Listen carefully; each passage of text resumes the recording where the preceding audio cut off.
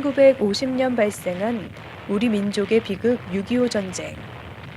연합군의 인천 상륙작전으로 테러가 차단된 인민군 약 900명이 가야산 일대에 숨어들자 미군 사령부는 가야산 해인사 공중폭격작전을 단행한다. 하지만 당시 편대장 김영환 대령은 태평양 전쟁 때 미군이 일본 교토를 폭격하지 않은 것은 교토가 일본 문화의 총본산이었기 때문이다. 공비소탕을 위해 우리 민족의 소중한 문화유산을 잿더미로 만들 수 없다라고 말하며 상공에서 기술을 선회해 비행 편대에게 폭격 금지 명령을 내린다. 대령의 문화유산에 대한 식견과 의지로 지킨 소중한 우리 문화유산은 바로 국보 제32호이자 유네스코 지정 세계기록유산인 팔만대장경이다. 대장경은 석가모니 부처님의 가르침을 기록한 경장, 계율 및 그것을 해설한 율장, 경을 연구해 놓은 논장을 집대성한 불교의 최대의 경전이다. 고려시대에 조성되어 고려대장경으로도 불린다. 국교가 불교였던 고려에서는 불교가 다양한 분야에서 백성들과 밀접한 관계를 가졌다. 특히 나라가 어려울 때 정신적인 힘이 되어주는 호국 불교의 성격이 강했다.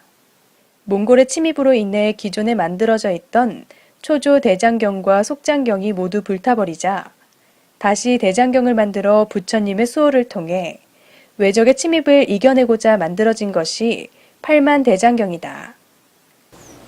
이러한 팔만대장경은 현존하는 대장경판 중 가장 오래된 것일 뿐만 아니라 최고의 교열 등 교정 작업을 통해 이루어짐으로써 가장 정확한 대장경으로 평가되고 있다. 팔만대장경은 2007년 6월에 유네스코 세계 기록문화유산에 등재되었다.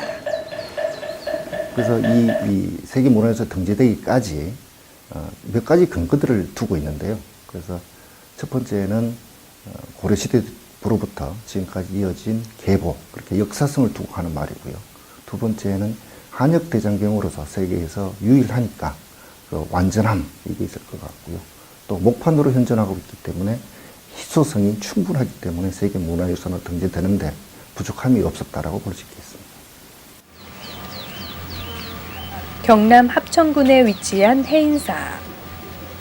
해인사는 부처님의 가르침인 삼보, 즉 불법 승중, 법을 담고 있는 법보사찰로 통도사 송광사와 더불어 우리나라 3대 삼보사찰 중 하나이다. 해인사의 장경판전에 팔만대장경이 현재까지 보관되어 있다. 팔만대장경은 목판이다. 가난한 학자와 선비 일반 백성이 책에 다가갈 수 있었던 것은 목판 인쇄술이 발명되면서 부터이다.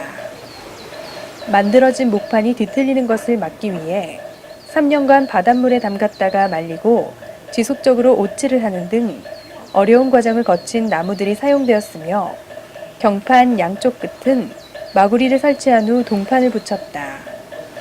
긴 세월 보존을 위한 선조들의 노력이 담긴 팔만대장경은 방대한 규모와 과학성을 자랑하는 자랑스러운 우리의 문화유산이자 세계유산이다. 팔만대장경은 경판의 수가 81,258장이거든요. 근데 이렇게 많은 이 경판을 가지고 책을 만들면 6,803권이 나옵니다. 권수로 6,803권이 나오는데 우리가 하루에 한 권씩 읽으면 거의 20년이나 걸리는 많은 게 그 책입니다. 그래서 많은 사람이 물어봅니다. 그걸 다 읽을 수 있을까? 그래서 팔만대장경이 우리가 경판을 쌓으면은 사실 높이가 3,200m나 됩니다. 그래서 백두산보다 높고 옆으로 뉘어놓으면 한 60km, 서울에서 오산까지 거리가 되고요. 또 이제 무게는 한 280톤이 됩니다. 이 많은 이 팔만대장경판의 책의 내용이 뭘까? 그걸 5자로 줄여보니까 일체유심전합니다. 모든 것은 우리 마음을 어떻게 먹느냐에 달려있다. 그래서 팔만대장경에 가장 많이 나오는 이제 한자가 마음심자입니다. 그래서 팔만대장경의 핵심은 뭐냐면 어떻게 우리가 따뜻하고 행복하게 존재할 것인가. 이제 부처님이 가르침인 서로 아름답게 존재하는 어떻게 행복이라는 게 실은 내 마음에 달려 있다는 게 이제 팔만대장경에 나오는 이제 많은 경전의 내용들입니다. 목판인 팔만대장경이 현재까지 보관될 수 있었던 이유는 해인사 장경판전이 가진 구조적 우수성에서 찾을 수 있다. 장경판전은 팔만대장경과 더불어 국보 제52호이며 유네스코 세계문화유산으로 등재되어 있다.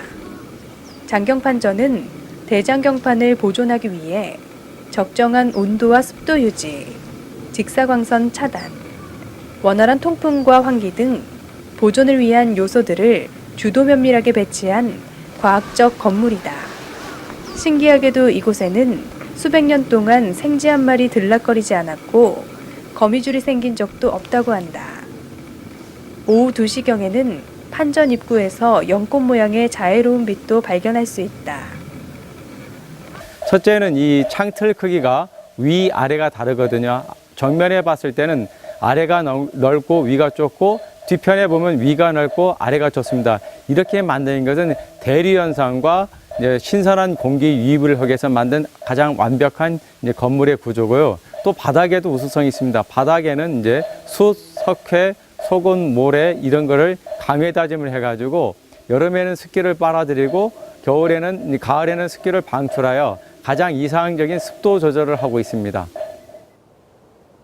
팔만대장경에는 불교 경전 내용과 더불어 13세기 중엽의 역사 및 문화를 밝힐 수 있는 중요한 자료들이 새겨져 있다.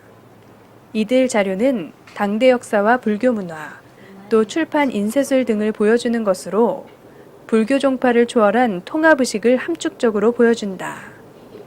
팔만대장경의 판본은 조선 초기부터 몇 번 인출되어 유통되었으나 현재 전질이 남아있는 곳은 1865년 인출되어 전해진 월정사가 유일하다. 해인사는 팔만대장경의 의미와 정신을 이어가고자 대장경 정대불사를 해마다 행한다. 신성한 경전을 머리에 임으로써 우러나는 경건한 신심을 아울러 취하기 위해 행하여지는 대장경 정대불사는 사실 1년에 한 번씩 대장경판을 햇빛받게 하려는 의미 또한 담고 있다. 소중한 우리 문화유산 팔만대장경. 선조들이 짊어졌던 호국의 마음을 현대를 살아가는 우리들도 가슴에 담아 이어나가야 할 것이다.